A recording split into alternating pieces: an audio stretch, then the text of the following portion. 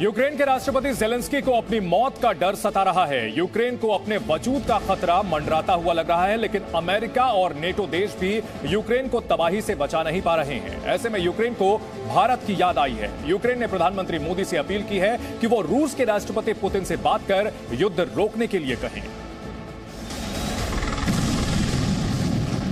Ukraine की गुहार, Putin से बचा लो मोदी जी।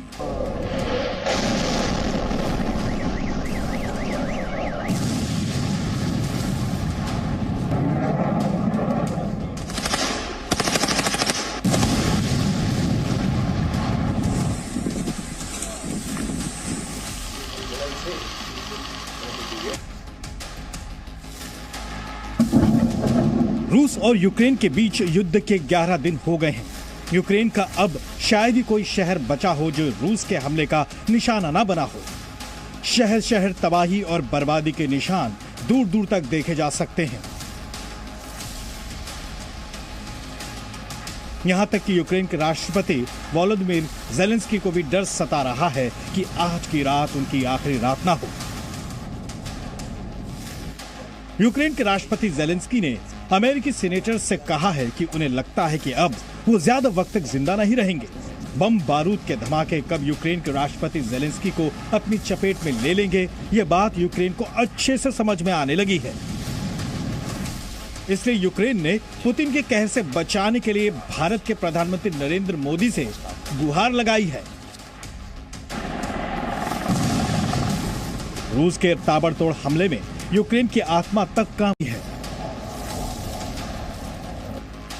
ऐसे में रूस के साथ भारत की पुरानी दोस्ती और पीएम मोदी का दुनिया में ऊंचा कद यूक्रेन की इस गुहार की सबसे बड़ी वजह मानी जा रही है। यूक्रेन के विदेश मंत्री दिमित्रो कुलेबा ने युद्ध रोकने के लिए भारत से अनुरोध किया है कि वो रूस के राष्ट्रपति व्लादिमीर पुतिन से जल्द बात करे ताकि यूक्रेन की जान बच सके, यानी युद्ध समाप्त हो जाए। All countries who enjoy special relations with India, they can appeal to President Putin, Prime Minister Modi. We call on him to continue reaching out to President Putin and explaining to him that this war is against the interests of all. The only person on the entire planet who is interested in this war is President Putin himself. Zee News के सहयोगी channel व्योन से बातचीत करते हुए Kuleba ने तुरंत रूस को गोलीबारी रोकने की अपील की है। कुलेबा ने यूक्रेन और भारत के संबंधों की भी दुहाई दी। कुलेबा ने कहा कि भारत यूक्रेन के कृषि उत्पादों का बड़ा उपभोक्ता देश है। जाहिर है प्रधानमंत्री मोदी दुनिया के उन चंद विश्व नेताओं में से एक हैं जिनकी बात का असर दुनिया की महाशक्तियों को भी होता है। सभी देशों से भारत के अच्छे संबंध हैं। फ्रांस, जर्मनी, यूएसए, यूके, किसी के भी नाम ले लीजिए आप, तो उन सबको देखते हुए भारत को किसी भी देश का पक्ष लेना एक परेशानी की स्थिति उत्पन्न कर सकता है। युद्ध खत्म होना चाहिए, बातचीत होनी चाहिए, कूटनीतिक तरीके से बातचीत हो, ये युद्ध खत्म हो, ये बिल्कुल सही एक तरह से हमारा निर्णय है। यूक्रेन का ये बयान ऐसे वक्त पर आया है जब भारत अपने नागरिकों को युद्ध मैदान के बॉर्डरों से सही सलामत भारत लाने में जुटा है, जबकि रूस लगातार यूक्रेन के सैन्य ठिकानों समेत चप्पे चप्पे को बारूद के धुएं में उड़ा रहा है।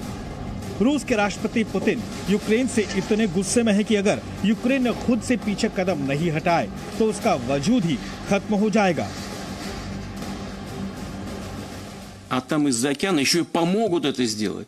А потом скажут, что мы ядерного статуса не признаем, это сделали сами, поставят эти комплексы под контроль. И с этой секунды, вот с этой самой секунды, судьба России будет совсем иной. ऐसा नहीं है कि घबराया हुआ यूक्रेन भारत से पहली बार ऐसी गुहार लगा रहा है। इससे पहले भी यूक्रेन के भारत में राजदूत पीएम मोदी से मदद की गुहार लगाते रहे हैं।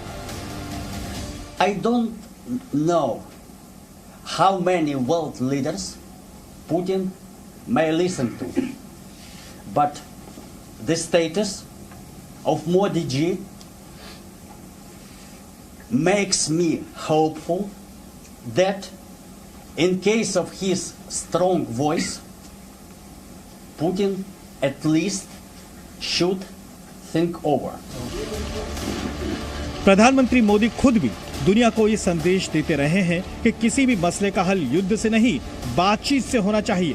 दूसरी ओर रूस और यूक्रेन के राष्ट्रपतियों से भारत पहले से ही संपर्क में है और बातचीत करने की सलाह दोनों देशों को दे चुका है। यही नहीं, संयुक्त राष्ट्र में भी भारत हर बार रूस के खिलाफ वोटिंग से दूरी बनाए हुए है। दूसरी ओर भारत यूक्रेन में फंसे अपने नागरिकों को जंग के बीच से सुरक्षित लाने का प्रण लिए हुए है। Bureau report, ji media. Presenting B News app, available on Google Play and App Store. Download it now.